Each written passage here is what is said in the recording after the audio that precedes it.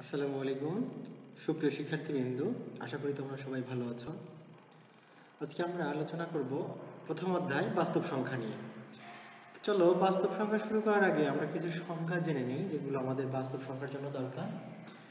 তো তার আগে কি বললাম, আমরা স্বাভাবিক সংখ্যাটা পড়ব। তো দেখো এখানে আমরা এখন পড়ব স্বাভাবিক সংখ্যা।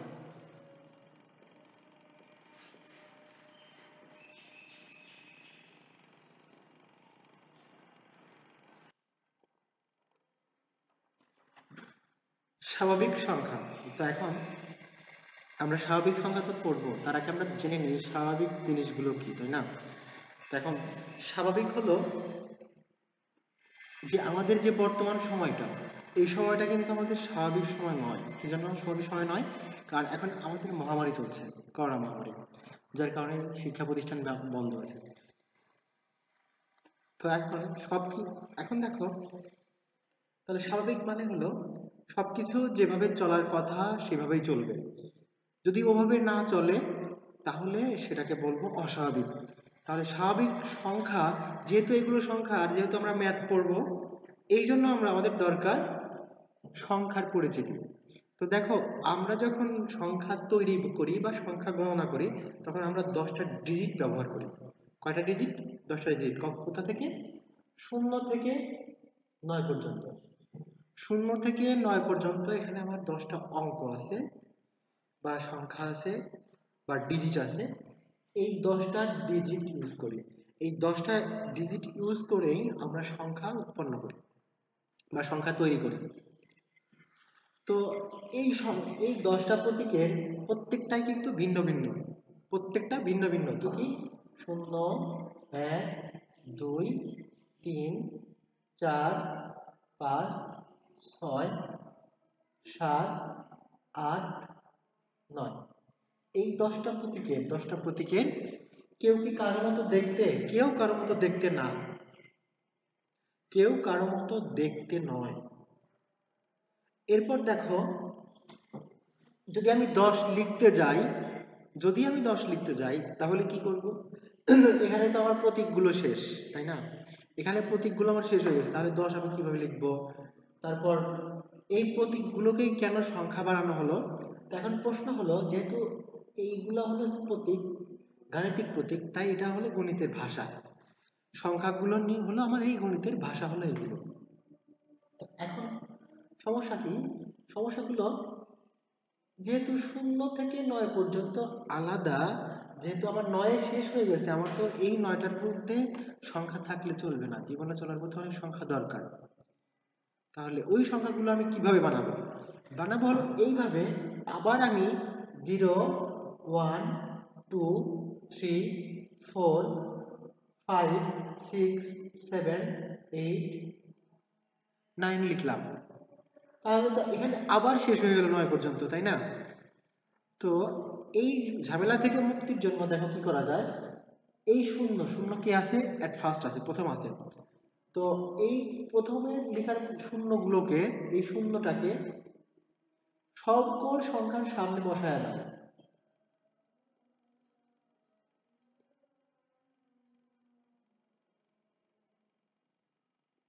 বসায় দিলাম।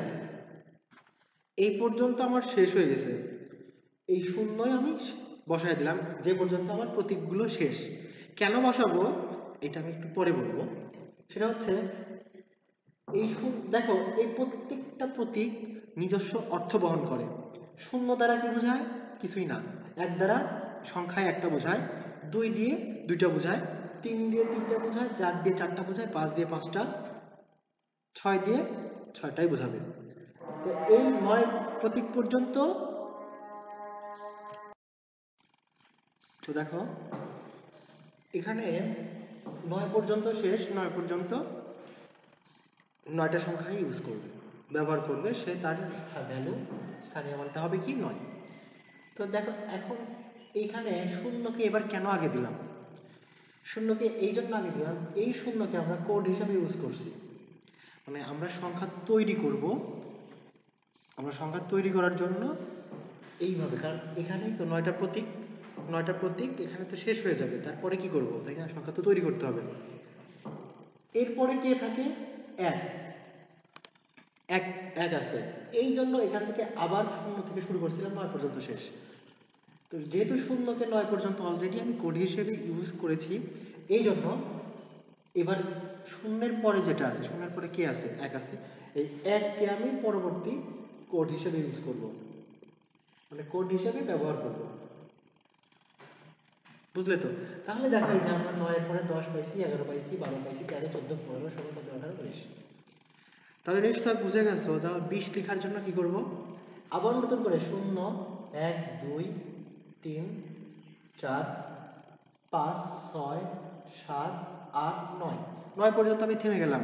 তাহলে 1 যেহেতু আমি কোড হিসাবে ইউজ করেছি, যেহেতু হয়ে গেছে অলরেডি, তো এবার আমি 2 কে করব, 2 2 2 2 2 2 2 2 2 and 2।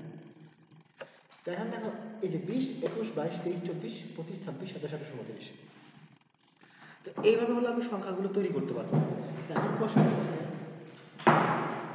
এইগুলোর সাথে স্বাভাবিক সংখ্যার কি সম্পর্ক? কোনো সম্পর্ক নাই, সম্পর্ক নাই, কিন্তু সংখ্যা তৈরির জন্য দরকার। স্বাভাবিক সংখ্যা কোনগুলো সেইগুলো আমরা এখন পরিচয় নিব। স্বাভাবিক সংখ্যা,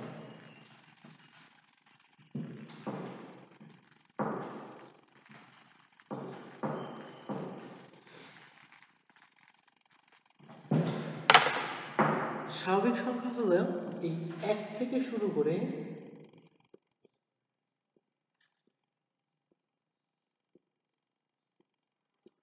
অসীম পর্যন্ত, 1 থেকে শুরু করে অসীম পর্যন্ত সংখ্যাগুলো স্বাভাবিক সংখ্যা। কেন 1 থেকে শুরু কেন হলো?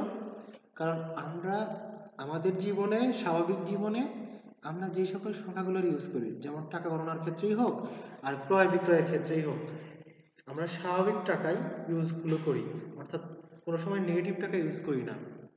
যদি বলি তুমি 2 টাকা ধার আছো, তাহলে ওই 2 টাকা ধার, বাট আমরা নেগেটিভ 2 টাকা বলি না।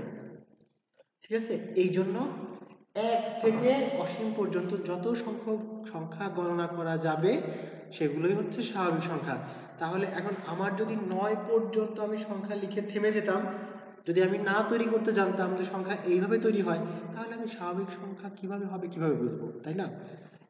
এইটা তাহলে আমরা স্বাভাবিক সংখ্যা বুঝলাম। স্বাভাবিক সংখ্যা ইংরেজি হলো ন্যাচারাল নাম্বার।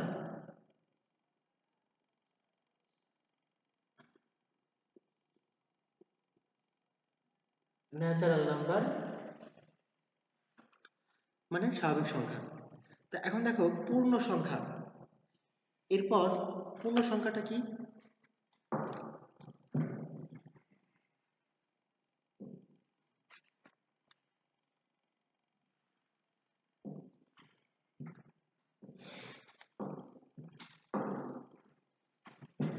আচ্ছা, পূর্ণ সংখ্যা পড়ার আগে আমরা একটা পড়া পড়ি, সেটা হচ্ছে সহমৌলিক। সহমৌলিক, এই সহমৌলিক জিনিসটা কি? সহমৌলিক হলো যেই সকল স্বাভাবিক সংখ্যার, অর্থাৎ মিনিমাম 2টা স্বাভাবিক সংখ্যার মধ্যে যদি গসাগু 1 হয়, গসাগু কত হবে? 1 হবে। তাহলে কি? ধরো 2 এবং 9 এর মধ্যে গসাগু হলো 1। আচ্ছা, গসাগু গসাগু কিভাবে নির্ণয় করি সেটা আমরা শিখবো না, তোমার একটা টেকনিক শেখাই দেই। টেকনিকটা হচ্ছে, যদি 2টা সংখ্যা যেহেতু বলছি, মিনিমাম 2টা সংখ্যা, তুমি ছোট সংখ্যাকে উপরে লেখো, নিচে বড় সংখ্যাটাই লেখো, কাটাকাটি যাচ্ছে? যাচ্ছে না। তো আমি যদি কাটাকাটি করতে চাই তাহলে কত দিয়ে কাটাকাটি করতে পারবো? 1 দিয়ে। আর 1 দিয়ে কাটাকাটি করার যে কথা, না করাও সেম কথা। দ্যাটস ওয়াই গসাগু, মানে সর্বোচ্চ যে সংখ্যা দিয়ে কাটাকাটি করা যাবে সেটা হচ্ছে গসাগু, শেষ কথা। বুঝলে? এটা হলো গসাগু নির্ণয় করার টেকনিক। তো 2টা সংখ্যার গসাগু যদি 1 হয়, তারা তখন পরস্পর সহমৌলিক বলা হবে, তাদেরকে সহমৌলিক বলা হবে। বুঝলাম তো সহমৌলিক কি জিনিস?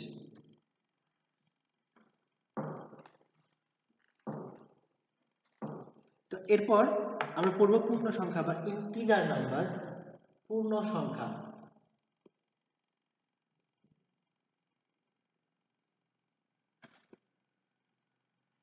পূর্ণ সংখ্যা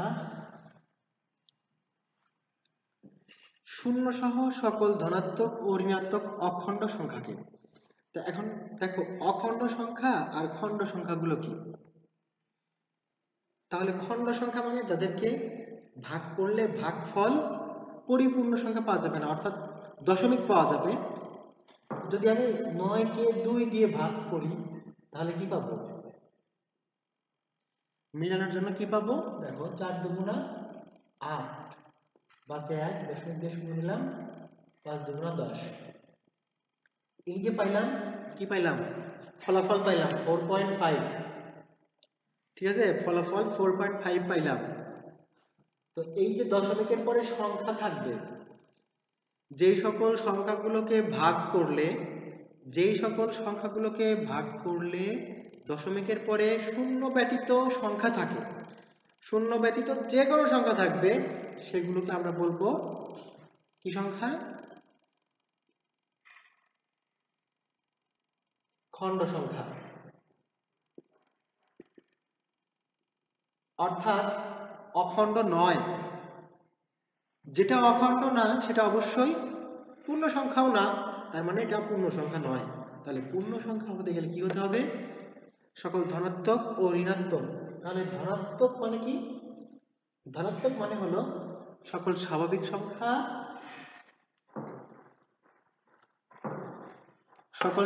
সংখ্যা, তো তার আগে আমরা একটু বুঝি পূর্ণ সংখ্যার হলো, পূর্ণ সংখ্যা এইভাবে প্রকাশ করতে হয়। তোমাদের প্র্যাকটিক্যালি বোঝাই চেষ্টা করি আমি। তো মাঝখানে কেউ নাই, সবকিছু শুরু হয় কি থেকে? শূন্য থেকে শুরু হবে। শূন্য থেকে শুরু, স্টার্ট শূন্য থেকে শুরু হবে। শূন্য এর ডান পাশে পজিটিভ, বাম পাশে নেগেটিভ। তো শূন্য এর ডান পাশে যে সকল সংখ্যাগুলো, ধরো +1, +1, +2, +3, +4, +5 এইভাবে চলতে থাকবে। আর যেহেতু দিক আলাদা এই জন্য নেগেটিভ। তো এই জন্য -1, -2, -3, -4, -5 এভাবে চলতে থাকবে। তো এইটা আমরা স্বাভাবিক সংখ্যা কিভাবে হয় পড়ছিলাম, বুঝাচ্ছি। তো এইভাবে তো সংখ্যা তৈরি করা যায়। তো একইভাবে সেম ওয়েতে ঋণাত্মকের দিকেও এভাবে চলতে থাকবে। তাহলে এদিকেও অসীম, ওদিকেও অসীম। তাহলে কি বললাম?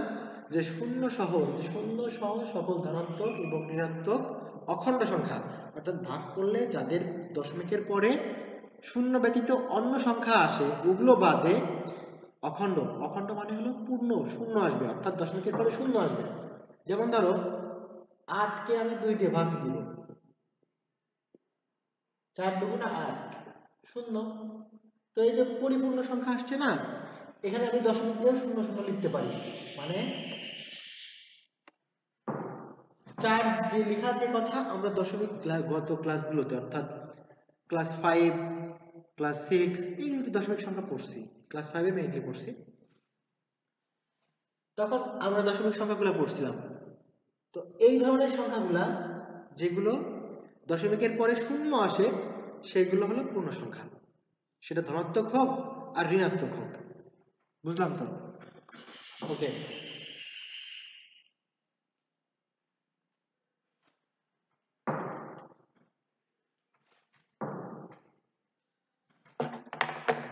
তাহলে পূর্ণ সংখ্যা কি হবে? আমি সংখ্যাটা যদি বলি তাহলে ডট ডট ডট, এই 3 ডট দ্বারা অসীম বোঝায়। কিভাবে অসীম বোঝাবে? 1 ডট ডট, 3টে ডট দিয়ে অসীম বোঝাবে। এরপরে কমা, -3 দিলাম, -2 দিলাম, -1 দিলাম, 0 দিলাম, 1 2 3 দিয়ে ডট ডট ডট, মানে এইগুলো দিয়ে, এই 3টা ডট দিয়ে অসীম বোঝাবে। এইদিকেও অসীম, এইদিকেও অসীম।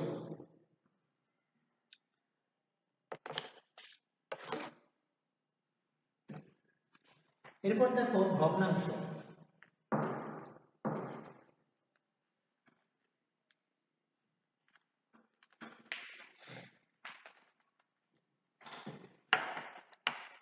এদিকেও অসীম ওদিকেও অসীম। তো এখন দেখো ভগ্নাংশ, তাহলে ভগ্নাংশ কোনগুলো? ভগ্নাংশ হচ্ছে ওইগুলোই যেগুলো ভাগ করলে ওই দশমিকে আসবে। এটাই আমি বলছিলাম কি খণ্ড সংখ্যা। খণ্ড মানে ভগ্নাংশ, ভঙ্গ মানে কি খণ্ড মানে ভাগ, ভগ্ন অংশ মানে কি ভাঙা অংশ। তো এটা আমরা অলরেডি পড়ে ফেলছি। তারপরে আবার দেখো যেই সকল সংখ্যাকে পি ভাগ কিউ আকারে প্রকাশ করা যাবে এগুলো হলো ভগ্নাংশ, অর্থাৎ লব ভাগ হর আকারে প্রকাশ করা যাবে সেগুলো ভগ্নাংশ। তো এখন কোশ্চেন হলো স্যার তাহলে তো এই ভাগ কেউ তো লব ভাগ হর আকারে প্রকাশ করা যায়, কিন্তু না, আসলে কি তাই? আমরা ফলাফল যদি কোনো কিছু একটা হয় ফলাফল তো পাইতে হবে, ফলাফলের উপরে ডিপেন্ড করবে সেটা ভগ্নাংশ নাকি পূর্ণ সংখ্যা। তার মানে কি আমরা ফলাফলের উপরে ডিপেন্ড করে বলবো, তার আগে না। ওকে, তাহলে পি ভাগ কিউ মিন্স লব ডিভাইডেড বাই হর, বাট লব ডিভাইডেড বাই হর হলো, বাট যদি এরকম হয় 9/2 বা 2/9 এইগুলা ভগ্নাংশ, কারণ ভাগ করলে কি হবে দশমিক আসবে, এই জন্য ভগ্নাংশ। বাট এইটাকে ভাগ করলে তো দশমিক আসবে না, তাহলে এইটা ভগ্নাংশ নয়। যদিও এটাকে এইভাবে তো প্রকাশ করা যায়, লব ভাগ হর আকারে প্রকাশ করা যায় না, এটা সঠিক, ভুল তো না, কিন্তু ফলাফলের উপরে ডিপেন্ড করবে কি হবে। তাহলে দেখো এবার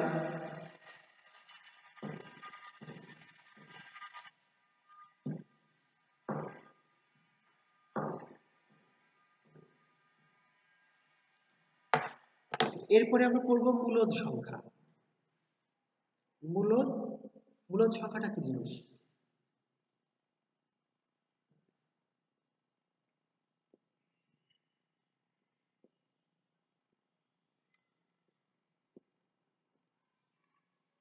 মূলদ সংখ্যা,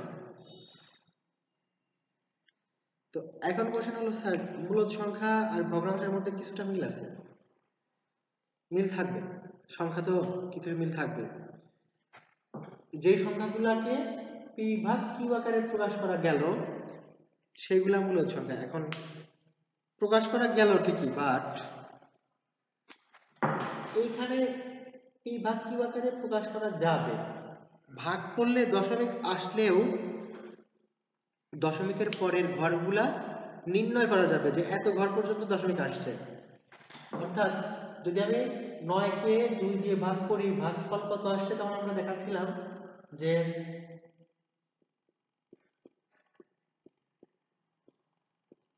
4.5 আসছে। ভাগফল কত আসছিল? 4.5। তার মানে এই যে দশমিকের পরে যদি সংখ্যাগুলা সসীম হয়, শেষ হয়ে যায়, দশমিকের পরে সংখ্যা শেষ হয়ে যায়, সেগুলো মূলদ। আর যদি এগুলো শেষ হবে না সেগুলো হচ্ছে অমূলদ। পি ভাগ কিউ আকার হলো, বাট দশমিকের পরে যে সকল সংখ্যাগুলো শেষ হবে, যে সকল সংখ্যাগুলো শেষ হবে সেগুলো হচ্ছে মূলদ। দশমিকের পরে গণনা করা যাবে, 3, 4, 5 পর্যন্ত গণনা করা যাবে, সেগুলো হচ্ছে মূলদ। বাট যেগুলো শেষ হবে না দশমিকের পরে সেগুলো হচ্ছে অমূলদ। তাহলে আমরা একই সাথে মূলদ সংখ্যা এবং অমূলদ সংখ্যা পড়লাম। এখন কোশ্চেন হচ্ছে স্যার তাহলে যদি এরকম একটা সংখ্যা হয়,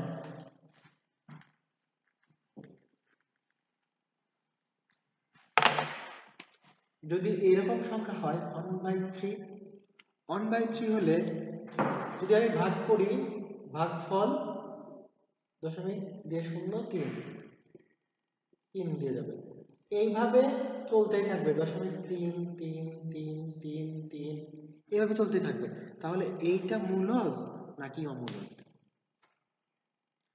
এটা মূলদ হবে। কেন মূলদ হবে সেটা হচ্ছে সংজ্ঞায় আমরা বলছিলাম যে দশমিকের পরে ঘর যদি গণনা করে শেষ করা যায় তাহলে মূলদ, কিন্তু এটা তো অসীম পর্যন্ত চলতেই থাকবে, তাহলে এটা কেন মূলদ হলো? এটা মূলত এই কারণে হয়েছে কারণ একই সংখ্যা বারবার রিপিট হয়েছে, একই সংখ্যা বারবার রিপিট হয়েছে। তাহলে আমরা বলতে পারি না যে দশমিকের পরে একই সংখ্যা বারবার রিপিট হলে তাকে আমরা পৌনঃপুনিক সংখ্যা বলি। তাহলে সকল পৌনঃপুনিক সংখ্যা এবং যেই সকল সংখ্যার দশমিকের পরে স্থান গণনা করা যায় সেইগুলো মূলদ সংখ্যা।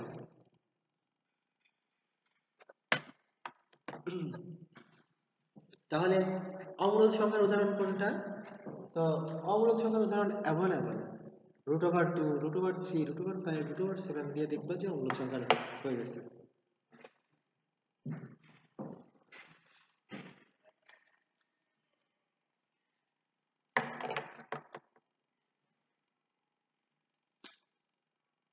তো এরপর আমরা যে পৌনঃপুনিক যে বলছিলাম, তো পৌনঃপুনিক সংখ্যাটা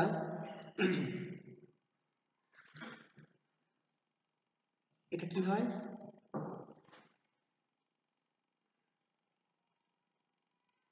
তার আগে আমরা একটু পড়ি দশমিক সংখ্যা।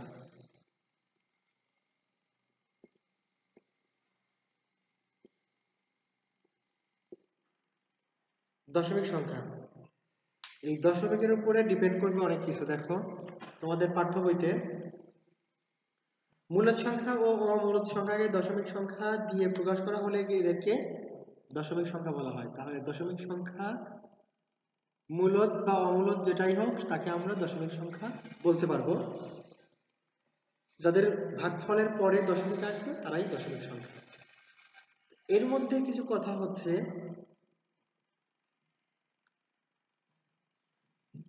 দশমিক বিন্দুর পর অঙ্ক সংখ্যা সসীম হলে এদেরকে সসীম দশমিক ভগ্নাংশ বলে বা ওগুলা মূলদ সংখ্যা, এবং অঙ্ক সংখ্যা অসীম হলে এদেরকে অসীম দশমিক ভগ্নাংশ বলে, ওগুলা অমূলদ সংখ্যা। তো এরপর যদি আবার অসীম দশমিক ভগ্নাংশগুলোর মধ্যে দশমিক বিন্দুর পর কিছু অঙ্কের পুনরাবৃত্তি হলো, যেমন 1/3, 0.3333 এভাবে চলতেই থাকে, এটা অসীম দশমিক সংখ্যা বা একই সংখ্যার পুনরাবৃত্তি হচ্ছে। তাহলে একে বলবো আমরা অসীম আবৃত দশমিক ভগ্নাংশ। এটা পৌনঃপুনিক সংখ্যা। পৌনঃপুনিক সংখ্যাগুলো বারবার রিপিট হয়। আর পুনরাবৃত্তি না হলে এদেরকে অসীম অনাবৃত্ত। যেমন ধরো এটা যে এখানে শেষ হয়ে গেছে, যে কোন একটা সংখ্যা 9797 এখানে শেষ হয়ে গেছে। তার মানে এখান থেকে এই পর্যন্ত কি, এখান থেকে এই পর্যন্ত হচ্ছে অসীম অনাবৃত দশমিক সংখ্যা। অসীম অনাবৃত দশমিক সংখ্যা, অনাবৃত মানে এগুলোর প্রতি একটা নির্দিষ্ট সময় পর পর রিপিট হবে। অনাবৃত অসীম, এখানে তো আর নেই, ডান সাইডে তো আর সংখ্যা নেই, এই জন্য এটা অসীম অনাবৃত দশমিক ভগ্নাংশ বলা হয় এগুলা। আর যেগুলোতে তোমার হচ্ছে অসীম পর্যন্ত চলতেই থাকবে সেগুলোকে বলা হবে অসীম আবৃত দশমিক ভগ্নাংশ। এরপর দেখো আমরা যে এতক্ষণ পড়লাম, তো এরপর যেটা সেটা হচ্ছে বাস্তব সংখ্যার। তো আমরা একটা চিত্র আঁকছিলাম, মনে আছে? চিত্র একে বলে রিয়েল লাইন নাম্বার বা বাস্তব সংখ্যার সংখ্যারেখা। তো এইদিকে বলছিলাম পজিটিভ, এইদিকে বলছিলাম নেগেটিভ। তো এই দিকের যে সংখ্যাগুলো দশমিক সহকারে যা কিছু আছে সবগুলোকে আমরা বলবো ধনাত্মক সংখ্যা। আর যদি পূর্ণ সংখ্যা থাকে তাহলে ধনাত্মক পূর্ণ সংখ্যা হবে। তো তখন আমি উদাহরণ দিয়েছিলাম যে 1 2 3 4 এইগুলো পূর্ণ, তাই এটা ধনাত্মক পূর্ণ সংখ্যা। কিন্তু যদি এটা হতো 1.5, যদি 1.5 হতো তাহলে কি লিখতাম? তাহলে এটা ধনাত্মক অপূর্ণ সংখ্যা না, আসলে এটা আমরা লিখবো ধনাত্মক সংখ্যা ডাইরেক্ট। কারণ কি, অপূর্ণতা এটা মাস্ট বি, কারণ এটা দশমিক আসছে, এটা দশমিক তো আসছে, অপূর্ণতাটা অবশ্যই অপূর্ণ। দশমিক আসলেও এগুলো কি ধনাত্মক সংখ্যা। দশমিক আসলেও ধনাত্মক, এমনটা না যে দশমিক আসলে আর ধনাত্মক হবে না, তা না, ধনাত্মকের দিকে আছে। তো এখানে ধনাত্মক দিয়ে দিক বোঝাচ্ছে আর ঋণাত্মক দিয়ে দিক বোঝাচ্ছে, বিপরীত দিক। তো এরপর দেখো অঋণাত্মক সংখ্যা। তাহলে ধনাত্মক সংখ্যা শুরু থেকে, ধনাত্মক সংখ্যার শুরু শূন্য থেকে বড় সকল বাস্তব সংখ্যা, শূন্য থেকে বড় সকল বাস্তব সংখ্যা। তাহলে শূন্য এর দেখি যে এখানে 0.05, এটা কিন্তু শূন্য থেকে বড়, তাহলে এটাও কিন্তু কি সংখ্যা? ধনাত্মক সংখ্যা। তাহলে অঋণাত্মক সংখ্যা এবার দেখো কি, শূন্য সহ সকল ধনাত্মক সংখ্যাকে বলা হয় অঋণাত্মক। দশমিক দশমিক যা কিছু আছে সবই হলো অঋণাত্মক সংখ্যা। এরপর বাম দিকে মাইনাস থেকে শুরু করে যা কিছু আছে এটা হলো ঋণাত্মক সংখ্যা। তাহলে অঋণাত্মক সংখ্যা কাকে বলে? শূন্য সহ সকল প্রকার সংখ্যা হচ্ছে অঋণাত্মক সংখ্যা, আর শূন্য বাদে সকল ধনাত্মক সংখ্যাকে বলা হয় ধনাত্মক সংখ্যা। বা কি? ধনাত্মক সংখ্যা। এখানে দশমিক সহ দশমিক বাদে যা কিছু আছে, জিরো বাদে যা কিছু থাকবে ডান সাইডে সবকিছুই ধনাত্মক সংখ্যা। আর শূন্য ইনক্লুড করলে, if we include 0 that will be non-negative number. শূন্য সহ সকল সংখ্যাকে বলা হবে, ধনাত্মক সংখ্যাকে বলা হবে নন নেগেটিভ নাম্বার বা অঋণাত্মক সংখ্যা। তো এই পর্যন্ত আমরা এটা পড়লাম।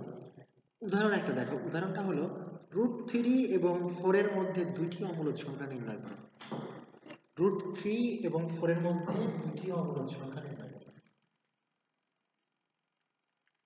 তো অমূলদ সংখ্যা যেন কি পড়ছিলাম আমরা? যে সংখ্যাগুলোকে পি ভাগ কিউ আকারে প্রকাশ করা যাবে না, তাই তো? যে সকল সংখ্যাগুলোকে পি ভাগ কিউ আকারে প্রকাশ করা যাবে না তাদেরকে আমরা কি বলবো? অমূলদ সংখ্যা। অর্থাৎ দশমিকের পরে স্থানগুলো অনেক বড় হবে, গণনা শেষ করা যাবে না, অসীম হবে এবং রিপিট হবে না। তো উদাহরণ 1, এক্সাম্পল 1, √3 ও 4 এর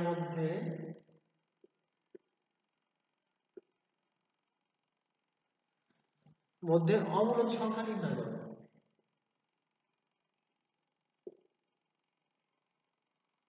সংখ্যা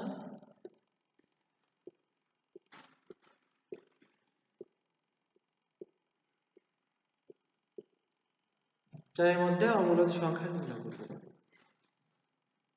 তো আমরা যদি অমূলদ সংখ্যা নির্ণয় করতে চাই তাহলে এখানে দেখব আমরা অমূলদ সংখ্যা বলছিলাম যে √3, √2, √5, √7।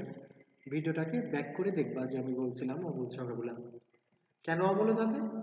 বলছিলাম যে রুট যদি 3 করো তাহলে অনেক সংখ্যা, দশমিকের পরে অনেক সংখ্যা যেগুলো তুমি পেতেই থাকবে, শেষ হবে না, এই জন্য এটা অমূলদ সংখ্যা। তাহলে √3 এবং 4 এর মাঝখানে অমূলদ সংখ্যা বের করব, বাট এখানে দুইটা সংখ্যা আছে √3 এবং 4। তো দেখো √3 নিজেই কিন্তু অমূলদ, আর 4 পূর্ণ সংখ্যা, ধনাত্মক পূর্ণ সংখ্যা, এটা ধনাত্মক পূর্ণ সংখ্যা, ধনাত্মক পূর্ণ সংখ্যা। 4 হচ্ছে ধনাত্মক পূর্ণ সংখ্যা আর √3 হলো অমূলদ সংখ্যা। তো এই দুইটার মাঝখানে এই টেকনিকটা হলো কি? টেকনিকটা হচ্ছে আমরা গড় বের করব, কারণ অমূলদ সংখ্যার সাথে যদি আমি যে সংখ্যায় যোগ করি সেটাও অমূলদই হবে, বুঝছো? অমূলদ সংখ্যার সাথে আমি যে সংখ্যায় যোগ করব সেটাও অমূলদই হবে। তো √3 + 4 এটা নিজেই একটা অমূলদ, কিন্তু টেকনিকটা হলো সংখ্যাটা কি আছে, দুইটা সংখ্যা আছে না, এই জন্য আমরা গড় বের করব। তো প্রথম সংখ্যা a সমান দুইটা সংখ্যার গড়। গড় মানে কি? দুইটা সংখ্যার যোগফল ডিভাইডেড বাই তাদের সংখ্যা। যেটা পাবো সেটা হচ্ছে একটা অমূলদ সংখ্যা। পরবর্তী সংখ্যাটা হলো, যেহেতু আমরা √3 এবং 4 এর মাঝখানে যাব, এইখানে যে সংখ্যাটা পাবো √3 প্লাস 4, √3 প্লাস 4 ডিভাইডেড বাই 2, এখানে যে সংখ্যাটা পাবো, ধরো এখানে পাইলাম হচ্ছে তোমার হলো 2 প্রায় 2.866 ডট ডট আর থাকবে, এটা একটা অম্লজ সংখ্যা। আর পরেরটা যে পাবো আমরা একটু বেশির দিকে যাব, মানে 4 এর দিকে যাব, মানে এইটার চাইতে বৃদ্ধি বেশি যেন হয়, আমি যেটা যেমন পাইলাম এটার চাইতে যেন বেশি হয়, সেই ধরনের টেকনিক অবলম্বন করবো। তাহলে কি √3 প্লাস 4, এটা তো ছিলই আগে, প্লাস আবার 4 দেব, কেন দিলাম, কারণ যাতে এইটার চাইতে বেশি হয়, প্রথম যেটা অম্লজ পাইছি তার চেয়ে যেন মান একটু বড় হয়, তাছাড়া আর কিছু না। ডিভাইডেড বাই, এখানে কটা হলো এবার সংখ্যা, 3টে, জন্য 3।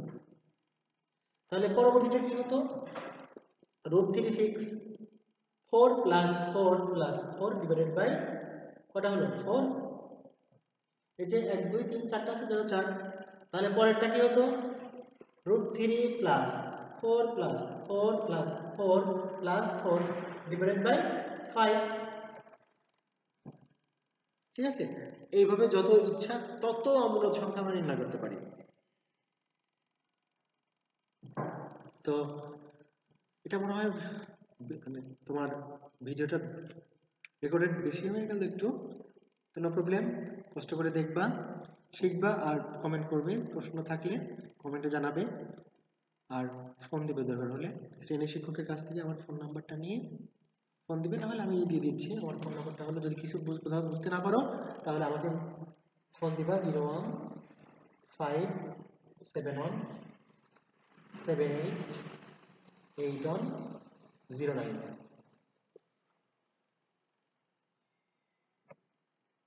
এই নাম্বারে যে কোনো সমস্যা থাকলে তোমরা আমাকে ফোন দিবে, ইনশাল্লাহ চেষ্টা করবো তোমাদের সমস্যাগুলো সমাধান দেওয়ার জন্য।